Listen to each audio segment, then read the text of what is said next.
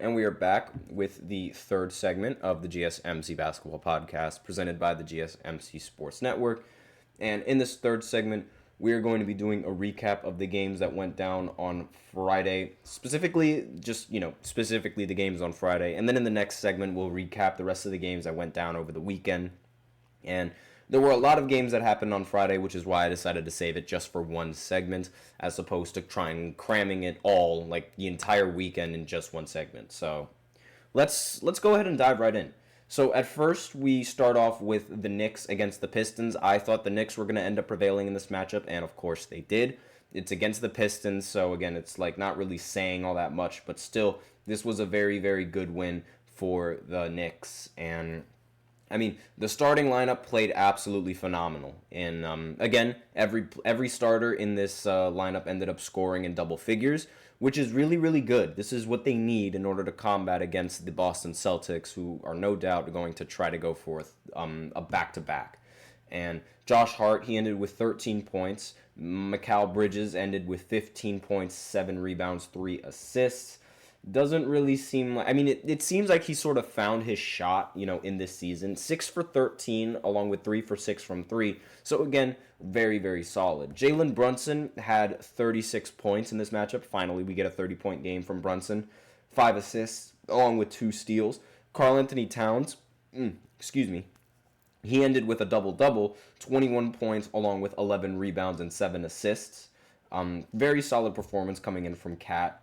And, 8 for 18 from the field. Maybe should tighten up the efficiency, but 3 for 6 from 3, that's more than enough to ask for, especially from a center in this NBA. Now, who else? OG Anunoby, 21 points, 6 assists, 2 steals, along with 4 rebounds. He was mainly acquired because of his production on the defensive side, but if he's producing like this consistently on the offensive side, this is really, really good. He's averaging only 13 points per game, which, it's rather solid. Like, again, as a primary defender, like a player that really specializes on defense, averaging 13 points, I think, is rather solid.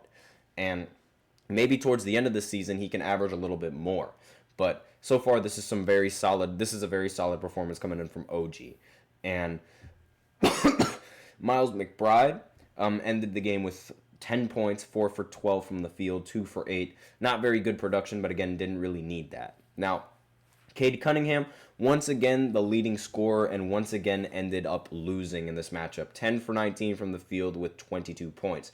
Tobias Harris ended 5 for 8 from the field with 13 points. But aside from that, and two other players for the Detroit Pistons, Simone Fontecchio, forgive me if I mess up that last name, 12 points, and Jaden Ivey, 10 points on 4 for 9 from the field. The rest of the team just wasn't there, and that's sort of what we expect from the Pistons. So, next game.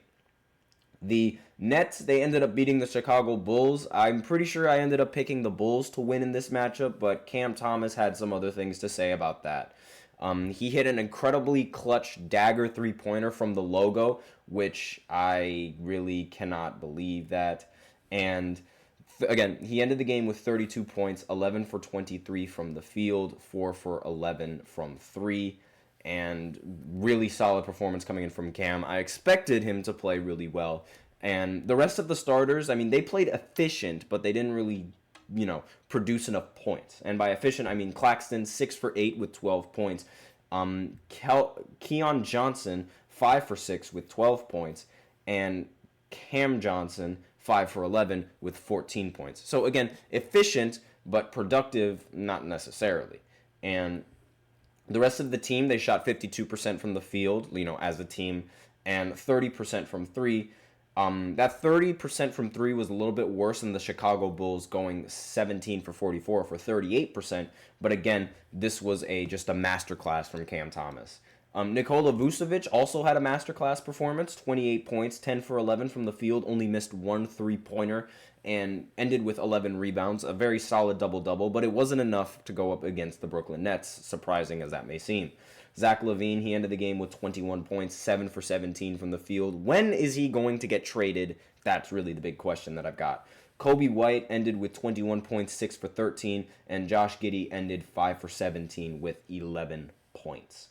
and also recorded 8 assists and 6 rebounds along with that as well. So that's a game that I ended up getting wrong. The Lakers, they ended up beating the Raptors, and that was an outcome that I completely expected. LeBron and Anthony Davis completely dominated in this matchup as we expected. LeBronto, that's one of his nicknames. I mean, LeBron is just he might as well be an owner for the Toronto Raptors at this point. He is just that guy. He ended the game with 27 points, 10 assists, along with 6 rebounds, and he also ended up shooting 9 for 17 from the field and 5 for 8 from 3. That is LeBron. He also becomes the oldest player in league history to record 25 plus points, 10 plus assists, and 0 turnovers in a game. Of course, he breaks a record in this matchup. Anything that he does and any sort of incredible stat that he records is going to end up breaking records. And Anthony Davis, he ended the game with an astounding 38 points and 11 rebounds, along with 3 steals and 2 blocks, 14 for 20 from the field. He is not taking as many 3-point shots as I really expected him to, but the fact that this is working with him not taking 3-point shots, I think it speaks volume and it speaks magnitude to the incredible value that he brings. Now, the Lakers, as a team, they shot 34% from 3, but again, they are winning games. Austin Reeves went 0 for 6 from 3, 4 for 13, but he ended with 20 points. The free throw line was very, very, the points at the line for the Raptors compared to the points at the line for the Lakers was astounding. The Raptors only took 13 free throws compared to the Lakers taking 41 free throws. Combine that with the fact that the Raptors were 10 for 35 from the field and the Lakers were 11 for 32. Excuse me. That's really just, an accident waiting to happen. Roy Hachimura did not really play well in this matchup, but he didn't really need to when LeBron and Anthony Davis were doing their thing. And D'Angelo Russell played pretty solid in this matchup too. 7 for 13, 3 of 6 from 3, and 19 points to show for that as well, and along with 6 assists. So again, this is an outcome that I completely expected coming in from the Lakers. Celtics, they easily beat the Hornets 124-109. I'm not really going to talk about this that much because they're the Celtics. This is expected of them. Jason Tatum ended with 32 points and 11 rebounds, along with 3 steals to go with that, shooting 9 for 19 from the field. Jaylen Brown ended up going 8 for 19 from the field, but he ended the game with 25 points. Derek White ended with 17, and Drew Holiday ended with 14. I mean, this team is just a unit. LaMelo Ball is playing phenomenally. He ended the game with 31 points in this matchup. He didn't really shoot that efficiently, but again, 31 points is 31 points. And Trey Mann, he ended the game with 23 points, 10 of 18 from the field. And Miles Bridges ended 5 for 16 with 14 points. And again, not going to really say much about this game. The Cavs, they ended up beating the Orlando Magic as I expected them to. And the Magic, they're sort of in a really tight spot, especially with the absence of Paolo Banchero.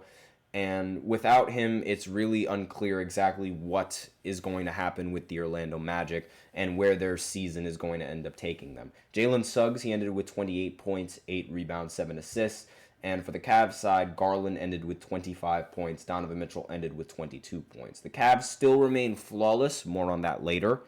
And just speeding through the rest of these because we are a little bit low on time. The Kings, they ended up beating the Hawks. I think I picked the Hawks to win in this matchup. I'm not entirely sure. This game would have been rather close. I think I picked the Hawks. I mean, it wouldn't surprise me if I picked the Kings. DeRozan ended the game with 27 points. De'Aaron Fox ended with 31 points. And they also were able to record 7+ rebounds in that. Sabonis ended with another double-double, but he also ended up fouling out in this matchup. Now, on the Hawks side, Trae Young ended with 25 points along with 12 assists and 5 rebounds. He did shoot 8 for 21 from the field, though, which is not that efficient. But again, that's sort of what we expect coming in from Trae Young.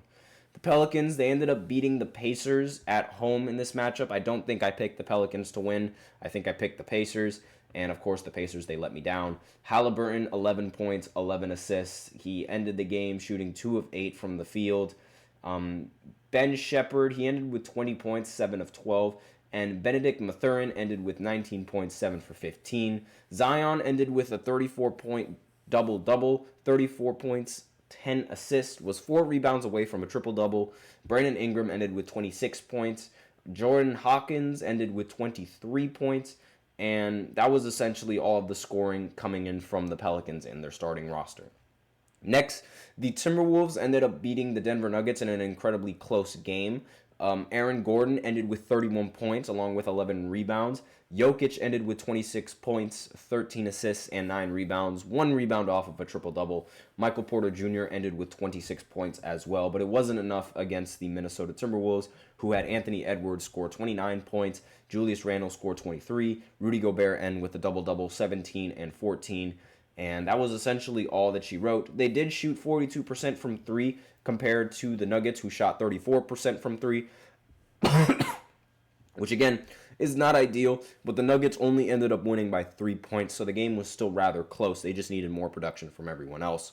And of course, OKC ended up beating the Trailblazers easily. The final score was 137 to 114. Did not expect the Portland Trailblazers to even have a chance in this matchup.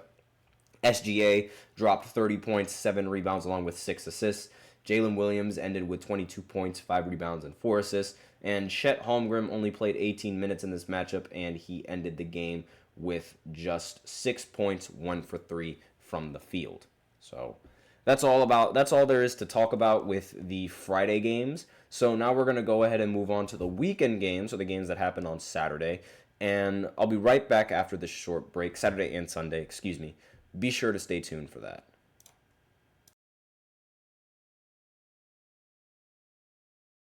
For the best and latest podcasts available anywhere, go to the podcast app on your cell phone and type in GSMC to access free content-rich podcasts on health and wellness, book reviews, sports, entertainment, relationships, social media, movies, technology, finance, and even weird news. Subscribe and download the GSMC Podcast Network's family of shows, available everywhere podcasts are found.